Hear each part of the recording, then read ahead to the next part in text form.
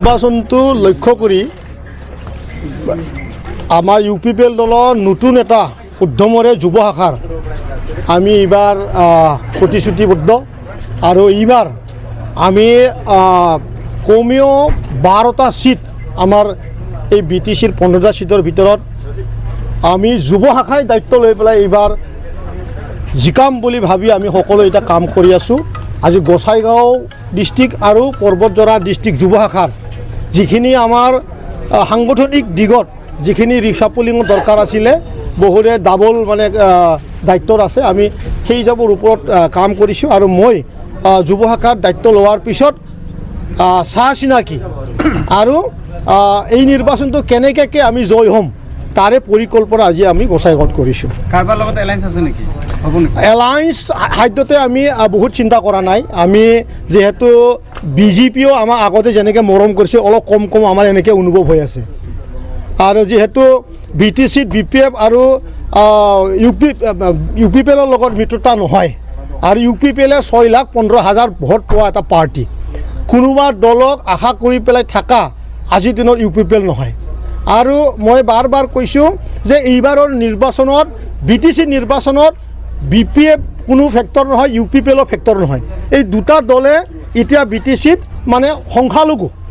এতিয়া এইবাৰ মুছলমান ভাইসকলে আৰু আদিবাসী চাউথাল আৰু ৰাজবংশীসকলে যি লিখে এই কাহিনীয়ে এইবাৰ হ'বলৈ গৈ আছে আৰু এইকাৰণে আমি শুকান পথাৰত চেপা পাতাৰ নিচিনা পাতি আছোঁ। তেখেতসকলে আমাক যাতে মৰম কৰে, মুছলমানে যাতে আমাক মৰম কৰে, এইকাৰণে মই টুপিও আজিৰ পৰা আৰু নিৰ্বাচনলৈ মই নুখোলোঁ। মই প্ৰতিজ্ঞা লৈছোঁ 2026 নিৰ্বাচনৰ পিছতে মই মানে আমাৰ সংখ্যালঘু আমাৰ মাইনৰিটি ভাইসকলৰ মুছলিম ভাইসকলৰ যোনটো সন্মানৰ টুপি মই সেই টুপিটো ইয়াতে ৰাখি থৈ দিম মাথাত। BTCৰ নতুন চৰকাৰে 3 মাহ পাৰ হ'ল, কাম কাজক লৈ কি কৰিছে? BTCত গভৰ্ণমেণ্ট BPF গভৰ্ণমেণ্টে অলৰেডি ফেল। তেখেতসকলে চৰকাৰৰ অহাৰ পিছতে প্ৰত্যেক দিনাই কিবা নহয় কিবা এটা অঘটন মানে ক'বলৈ গ'লে নেচাৰে তেখেতসকলে একচেপ্ট কৰা নাই। কাৰণ 5টা বছৰত যি প্ৰমোদ বড়ো ডাঙৰীয়াৰ সময়ত শান্তি সম্প্ৰীতি নিৰাপত্তা যে আমাৰ আছিলে আজিৰ দিনত এইটো শেষ হৈ গ'ল। গোসাইগাঁৱত সিদিনাখনৰ যি ঘটনা এই ঘটনাই প্ৰত্যেকটা বিটিয়াৰ বাকী মানুহক লজ্জাজনক অৱস্থাত পেলাইছে। আমি কেতিয়াও বিটিয়াৰৰ জন্ম পাই এই শব্দটো শুনা নাছিলোঁ যে কোনোবা মানুহে গাহৰি মাংসৰ কথা সুধি পেলাই নিজৰ লিংগটো মুখত লগোৱা কথা এইটো কম কথা হোৱা নাই। গতিকে ইয়াৰে দায়িত্বটো BTC চৰকাৰে ল'ব লাগিব আৰু তেখেতে দায়িত্ব পোৱাৰ পিছতে BPFৰ মুৰব্বীজনে সঘনে কৈ থাকে মোৰ দায়িত্ব নাকি। মই তেখেতসকলক প্ৰশ্ন সুধিছোঁ যে চৰকাৰ গঠন কৰিছে কিয়? আজি যদি আপুনি দালিৰ দাম বঢ়োৱাৰ কথা, তেলৰ দাম বঢ়োৱাৰ কথা যদি আপুনি কথা ক'ব নোৱাৰে, food and civil supply department যে BTC চুক্তি কৰি আপুনি আনিছিলে সেই ডিপাৰ্টমেণ্টটো আপুনি কিয় ইয়াত ৰাখিছে? এটা মানে নালাগা ডিপাৰ্টমেণ্টক আপুনি ইয়াতে ছেক্ৰেটাৰী ডাইৰেক্টৰ দি পেলাই এইটো কিয় ৰাখিছে? যদি আপোনাৰ তাত ডিপাৰ্টমেণ্ট আছে তেনেহ'লে দায়িত্ব আপোনাৰ কিয় নাই? মই মানিছোঁ হোম ডিপাৰ্টমেণ্ট এডমিনিষ্ট্ৰেশ্যন ডিপাৰ্টমেণ্ট আপোনাৰ হাতত নাই।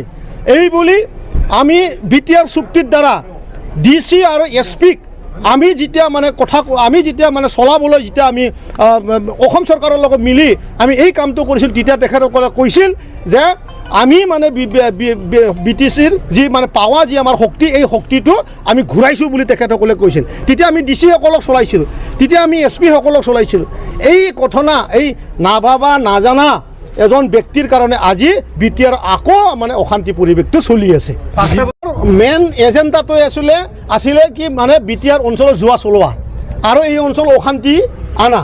আৰু মই এইটো কথা কৈছোঁ নহয় যে মুছলমান ভাইসকলক যি ধৰণে ঠগবাজ কৰি পেলাই তেখেতসকলক ভোট ল'লে এইবাৰ মুছলমান মোৰ ভাইসকলক কিন্তু এইবাৰ তেখেতসকলক চাই আছে যে ৰাতিৰ ভিতৰতে মুখ্যমন্ত্ৰী ভৱনত যাই আমাৰ হাগ্ৰামা মহিলাৰী ডাঙৰীয়া দেৱে কেনেকুৱা মিত্ৰতা কৰিছিলে, অকলে খেলিম বুলি কৈ ভোটটো লৈছিলে আৰু আদিবাসী ভাই চাউথাল ভাইসকলো ৰখি আছে সেই দিনটো যে তেখেতসকলে হৰেক মালৰ দৰে যে ST লাগে নেকি ST লাগে নেকি এটা জনগোষ্ঠীৰ ইমান এটা মানে বুকুত লগা এটা কথা, নিজৰ পৰিচয় দিয়া এটা কথা ST ইয়াক যেনেকৈ বাজাৰত নি পেলাই বাজাৰ বিক্ৰী কৰিছিলে ইয়াৰ প্ৰতি উত্তৰটো এই 26ৰ নিৰ্বাচনত ফাইনেল নিৰ্ঘাত বুলি আমি ক'ব পাৰোঁ। বিজেপি আমি এতিয়ালৈ সেই শব্দটো কোৱা নাই।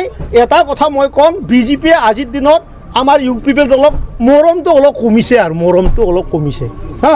গতিকে মৰম দিলেহে মৰম পায়। তো মৰমটো যদি অলপ কমিছে হয়তো আমাৰো মৰমটো অলপ কমি যাব পাৰে। গতিকে সেইখিনি কথাটো মই আগতীয়াকৈ আপোনাক ক'লোঁ। আহি থকা যদি 10-15 দিনত ভাল